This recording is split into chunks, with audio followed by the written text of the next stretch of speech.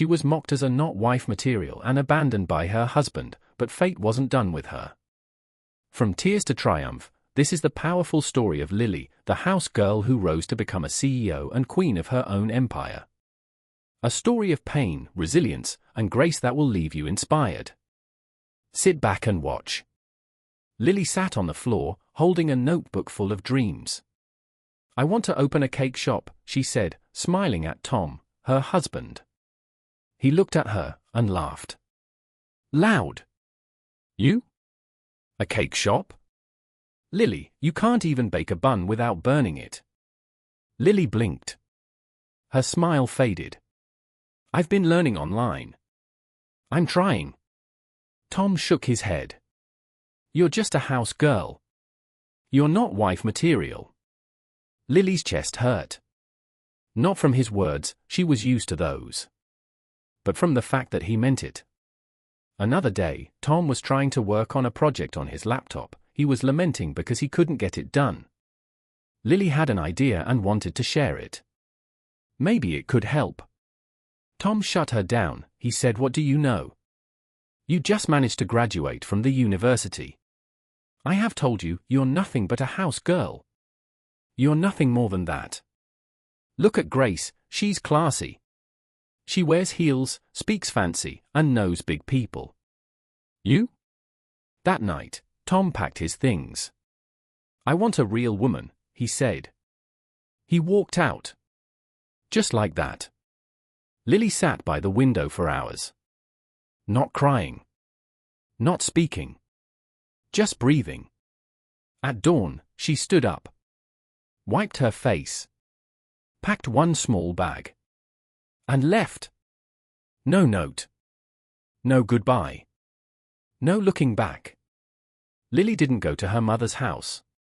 She didn't call any friends. She didn't even look back. She just disappeared. The bus dropped her in a big city called Brighton. A place full of lights, noise, and strangers. She had only one small bag. And not much money. But she had hope. And a heart that refused to give up. For 3 days, Lily knocked on doors. Small bakeries. Food shops. Street stalls. "Please? I just want to learn," she said. But no one listened to her. Days later, she heard a voice from behind her. "Why are you crying, child?" She turned. An older woman with kind eyes stood there, holding a basket of bread. "I'm sorry," Lily sniffled. "I've just been looking for help." The woman looked at her shoes, torn. Her hands, shaking. Her face, hopeful. "My name is Madam Joy," she said. "I don't usually help strangers. But I believe God sent me here today." Madam Joy took Lily to her small bakery. And for the first time in days, Lily slept with bread in her belly and peace in her heart. Madam Joy gave Lily a mattress in the corner of her bakery. It wasn't fancy, just warm enough to sleep and dream. Each morning before the sun rose, Lily was already sweeping floors. By sunrise, she was washing trays, peeling fruits, and folding cake boxes. Madam Joy didn't treat her like a lost girl. She treated her like a student. "You want to learn," she would say. "Then watch.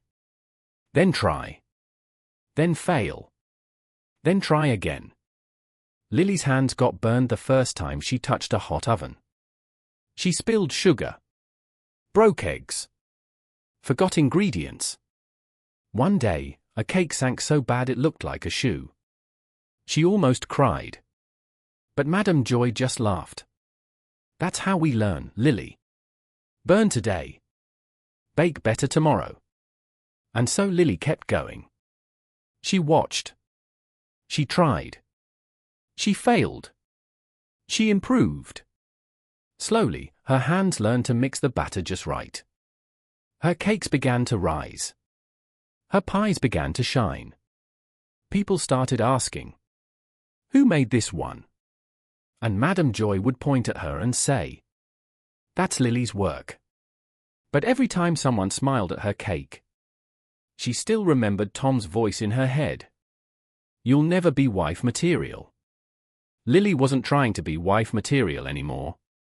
She was becoming something no one saw coming. But fate was watching. And someone powerful was about to enter her life. It was a cloudy Thursday when he walked in.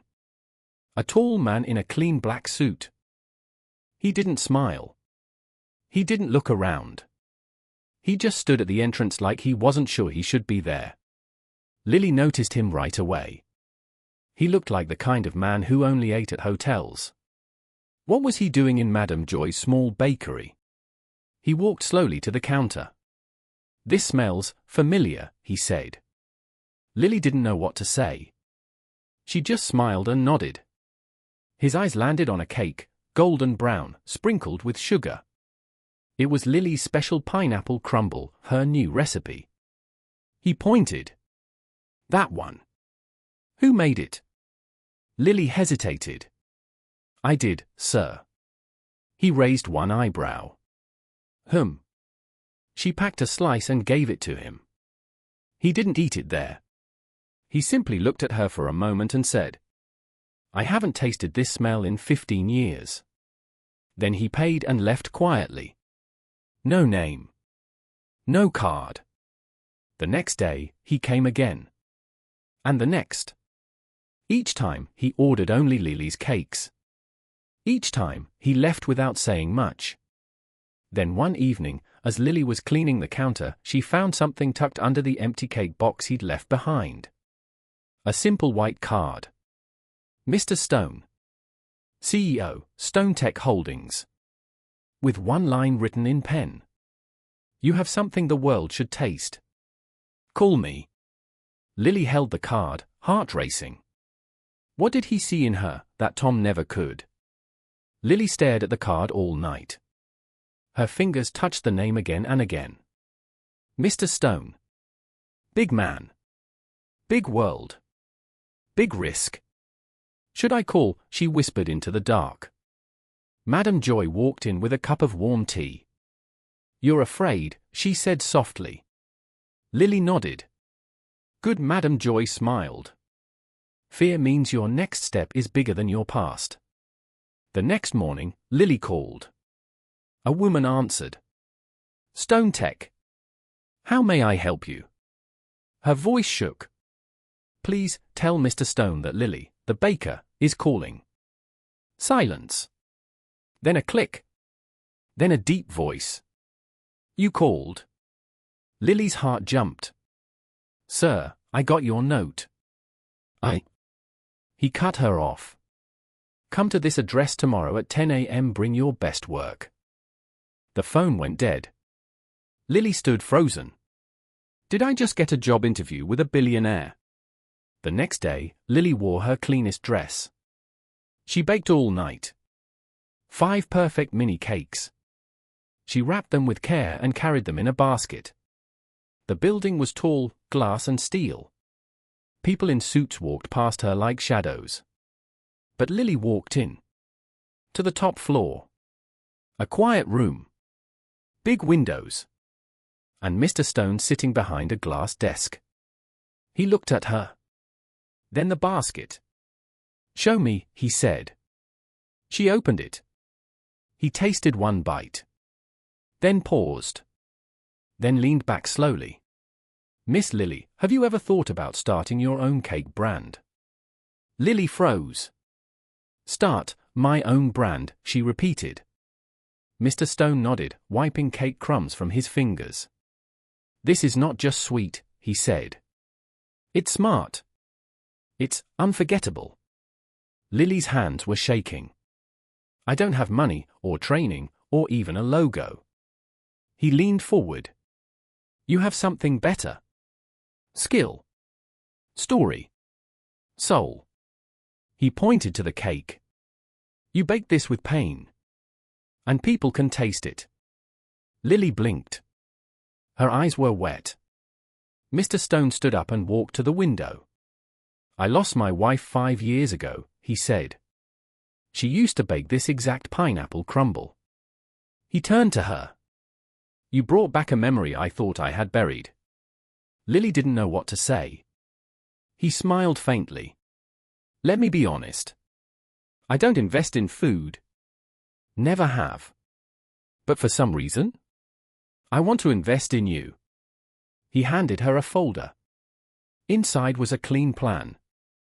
A shop space in the city. A new logo, Lily's Crumble Company. A silent investor's name, R. Stone. Think about it, he said. You don't owe me anything. But if you're ready, I'll help you build a kingdom out of crumbs. That night, Lily sat in Mama Joy's kitchen, staring at the folder. She remembered Tom. His mocking words. His cruel laugh. She looked at her hands. 3 months later, the sign was up. Lily's Crumble Company. A small corner shop with glass windows, yellow chairs, and the smell of warm vanilla dancing through the air. It wasn't too fancy. But it was hers. Every cake, every pie, every muffin had her touch. People came in curious. And left in love with the taste. Madame Joy worked beside her, smiling proudly. See, child, she'd say. Look what happens when fire meets flour. And somewhere in the background, Mr. Stone stayed quiet, supporting, guiding, but never controlling. Lily's photo appeared in a small magazine. Then a food blog. Then a city paper. People called her the baker with golden hands. Lily didn't feel broken anymore. She felt free.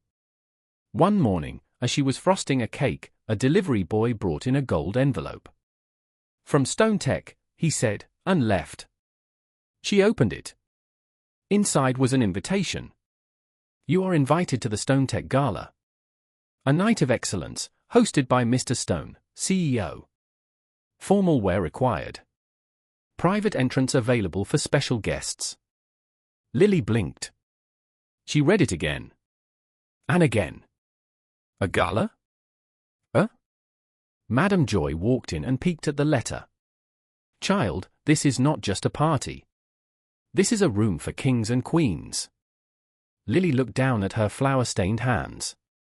Then at the golden invite. The night of the gala, Lily stood in front of the mirror.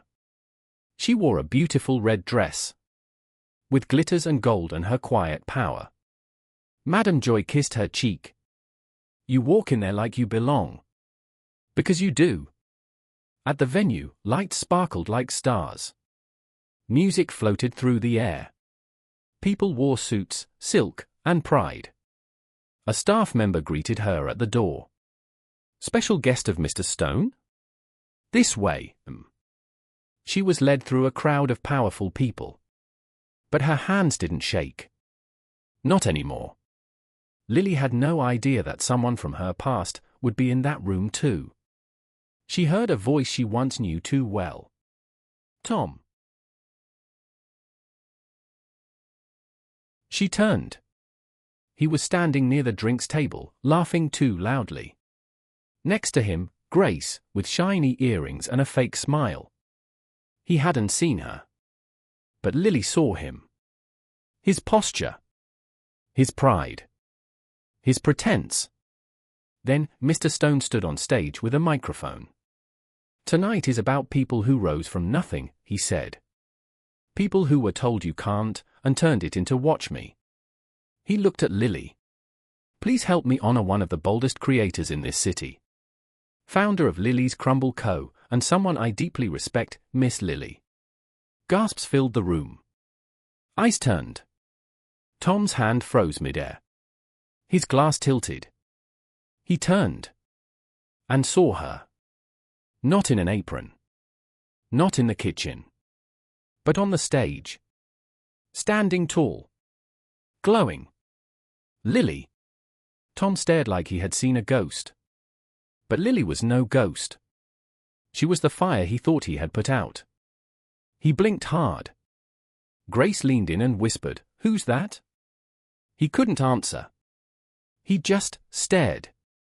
Lily stepped off the stage. People clapped. Some smiled.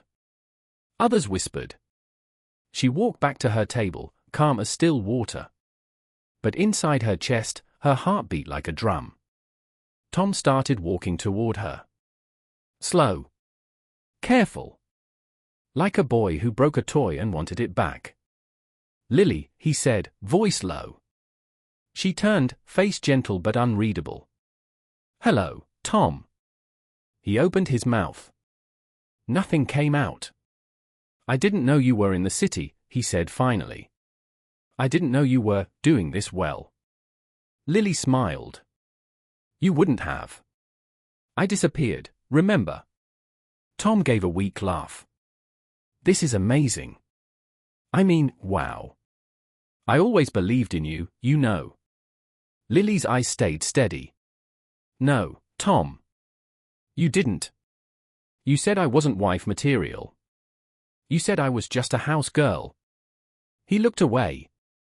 She leaned in just enough to whisper. But thank you. If you hadn't left, I might have never found myself. Tom's eyes dropped, then she walked away. Grace stood confused, arms crossed. Tom? He stood silent. Surrounded by people. Yet suddenly so small. Lily stepped outside the gala hall for some air. She stood quietly in the night, staring at the city lights. So many windows. So many stories. And tonight, she had become one of them. She heard footsteps. Mr. Stone stood beside her, holding 2 glasses of juice. He handed one to her. You were amazing in there, he said. Your story, even though you haven't told me all of it, it's written in your work. Lily smiled gently. No, he said. You build. You rise. She looked at him. Really looked. He wasn't like Tom. He didn't rush his words. He didn't shrink her dreams. He simply stood with her, calm, confident, kind. There was a pause. Then, quietly, he said, I know this might be too soon. But I'd be lying if I said I haven't thought about it. About what? She asked. He looked at her, eyes soft. You. Us. A future together. Lily's heart skipped. I'm not asking for a decision now, he added. I just want you to know. I see you. Not just the baker. But the woman. The builder. The dream. Lily said nothing. But her eyes answered with quiet light. She wasn't sure what the future held. But for the first time in a long time, she knew it might include love again. Tom had always been sure he was untouchable. Until he walked into the Stone Group headquarters that Monday morning and saw Lily seated at the executive table. She was glowing. In charge. Poised. And Mr. Stone? He was right beside her, proudly introducing her to the board as the woman I hope to spend the rest of my life with. Not just as a partner in business, but in everything else too. There was no kiss. No dramatic reveal. Just the firm, calm voice of a man who had made up his mind. Tom nearly choked on his own pride. He couldn't believe it. Lily.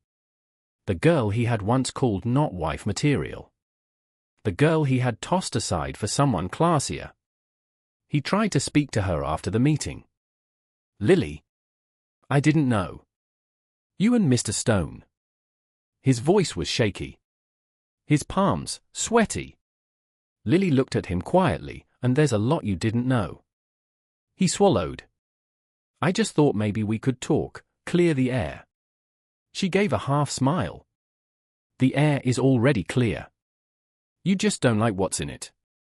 And with that, she walked away. No tears. No revenge speech. Just quiet strength. Some months later, Lily and Mr. Stone ties the knot. Then Mr. Stone organized an official press night for his company. It was the company's official press night. The rebrand. The celebration. Journalists lined up with microphones. Paparazzi snapped pictures. Everyone wanted to know who is Lily James, the girl who rose from nothing. Tom stood in the back of the crowd. Watching. Not as a man in love anymore, but as a man who had lost something priceless. And Lily? She saw him. Their eyes met. She gave a small nod. A soft smile. No anger. Just peace. Tom stepped forward after the event, unsure if he even had the right to speak. Lily, I don't know what to say. You don't have to say anything, she said softly. Some goodbyes don't need words. Just understanding.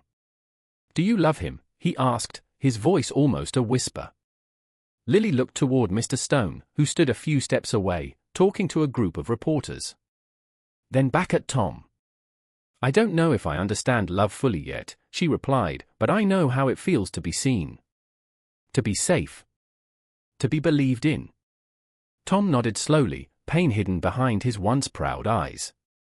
As he turned to walk away, Lily whispered something. Thank you for throwing me away, Tom. You made room for something better. And just like that, the girl who was once tossed aside walked into the spotlight. Not because she wanted revenge. Not because she needed applause. But because Grace had rewritten her story. And this time, she was ready to live it. Thank you for watching. Like, comment and share.